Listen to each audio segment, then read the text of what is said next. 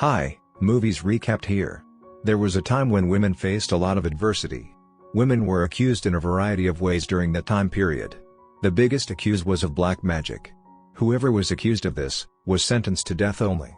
Then we are shown the year 1235. A scene of Phylix City, in which 3 women were accused of black magic. The church found them guilty and sentenced them to death. Father says to them before hanging them that if any of these 3 admits her sin, she will be forgiven. Upon hearing this, a woman confesses her sin. She says that I tried to do black magic and worship the devil. The other woman was really innocent. She says I didn't do any black magic. She says that I make medicine to eliminate the effect of it. The third horrible-faced woman doesn't confess her sins and curses the father. All 3 are hanged from a bridge. These 2 women begged for their lives, but in that era, the only punishment for black magic was death. After the execution, the soldiers hang their bodies in the water. And they leave, but father stops them and he says we can't leave their bodies here like that. And we have to eliminate the effects of black magic. For which they will have to say a few words from the book Solomon on their bodies. Otherwise, the result may be so bad. But the soldiers did not believe them. They listened to father and left. In the middle of the night, father comes to the stream with the Solomon book and one by one pulls out the bodies of these women. Then he speaks some words on their bodies which is called mantar, religious words. The devil comes out of the bodies of the 2, but the third woman comes to life. But she had become a horrible witch. She hangs father with that bridge and kills him. After many years, the 13th century is shown. Wars had begun in that era. Millions of people participate in the war on behalf of the church. The bravest of all were 2 soldiers who participated in every war bravely. They both are friends and care about each other. One of them is named Felsen and the other is named Behmen. They joined the church and showed great courage and proved loyalty. Then they attacked here in the year 1544. They had a war with them and they killed people in a large number. But soon they found out in the war that there were no soldiers fighting against them but women and children. And they get to know this when the sword of Behmen penetrates into the belly of a woman. They become upset to see the bodies of women and children around. They blame their leader for this. And they say that we did not join the war to kill these innocent people. We will not oppress them. Hearing this decision, they both revolt. They leave their army and return to their country. They did not follow the church's decision, so they became rebels. But they have to hide because Christianity was on the rise and their laws were so strict. In which rebellion, betrayal, and non-compliance were punishable by death. They pass through Styria. They see a house in the forest where they go for help. But going there, they got amazed that the couple living in this house died of a serious illness. Their dead bodies became badly rotten. The atmosphere of Styria looked very strange to them because the people there looked very disappointed.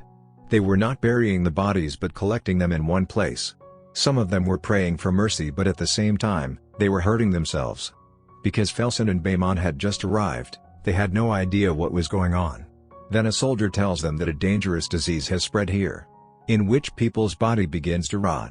This disease is on rise for last 3 years. He says that my whole family has died of this disease. They came here to collect something for their help. But his sword catches the eye of a soldier and they recognize it. As they are about to leave that place, their soldiers grab them. They present them to the king. He's also suffering from this disease. The king knows about Felsen and Behmen that they are very brave soldiers. But now they have revolted. The king says that the disease has come from hell, which a woman has brought into this world and we have imprisoned her. He says that its cure is only in Solomon's book. That book is in Zevrik and we have to bring those witches to Zevrik. Their leaders will decide what to do with them. But our soldiers can't do this because it has an immediate effect on our soldiers. He offers him that if you do this, church will forgive all of your sins. But Behmen refuses to do this because he still regretted the last battle. Their refusal angers the king and he puts them both in a prison. But there is also that witch in this prison. The girl did not look like a witch. But Behmen feels sorry for her when she was shivering in the middle of the night because of her injuries and weeping. But he feels sorry for her and says yes to the king. That they will take them to Zevrik. And it will take 6 or 7 days to get to Zevrik from here. Father and a soldier join them to go with them. They have no idea about the place, just a map. Behmen is not reliant on a map. He requires the assistance of someone who has been there before. A merchant helps him with his demand. He went there 9 years ago. He knew the whole way. There are 5 of them and they are taking the witch in a cage. This girl did not look like a witch to anyone except father. Because he knew that she was a witch. A local boy is chasing them because he wanted to go there too. He tells Behmen that when your mission is completed, Make me your soldier too. They don't agree to take him there. Then Thelson tests his swordsmanship, in which he is an expert. Seeing this, Behmen gets ready to take him with him. Night has fallen, and they take turns guarding the witch. The first guarding turn is of Eckhart. Then he tells Father the story of his dead daughter. The witch hears all this and she looks like her own daughter to him. He goes to set her free when she pulls him out of the bars and grabs him. The father goes to save him, but the witch also injures him. He has a key of cage tied around her neck, she pulls it and runs away. After all this, Thelson and Behmen also get up. They come to them, but by then the witch would have run away. She hides in a village near this place. Everyone goes after her to catch her, but no one can control her, because she was disappearing again and again. Then Eckhart sees her dead daughter. The girl is in very bad condition and is calling for help. She isn't his daughter, but that witch was giving him visions. It all seems true to him. He runs after these voices. But there a boy was standing with a sword who came with them. Eckhart couldn't see him and the sword pierced his belly. At which Kay wonders why Eckhart did not stop. Because the witch was showing him fake visions. Eckhart was going to set him free, but she kills him. After her death, they imprison the girl again. She begs them to let her go, but she is locked up in the cage again. Father explains that they should not reveal anything in their heart, because witch can use this against us. She can show us strange illusions and she can make us fight each other. During the journey, there comes a deep gorge between the two mountains. There was a very old bridge made of ropes on the way to cross it. But it was too weak. They have a cage made of heavy rods on the back of the horse, in which that witch was imprisoned. But it was very difficult to cross this place with luggage. They cross the bridge one by one and at last, they take the cart. They have a hard time doing all this. And then this bridge breaks down too.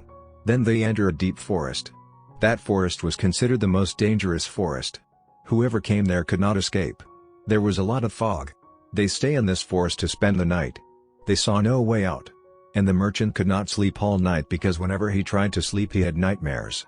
It was all done by that witch. And when the merchant could not bear the inconvenience, he takes his bow and tries to kill the witch.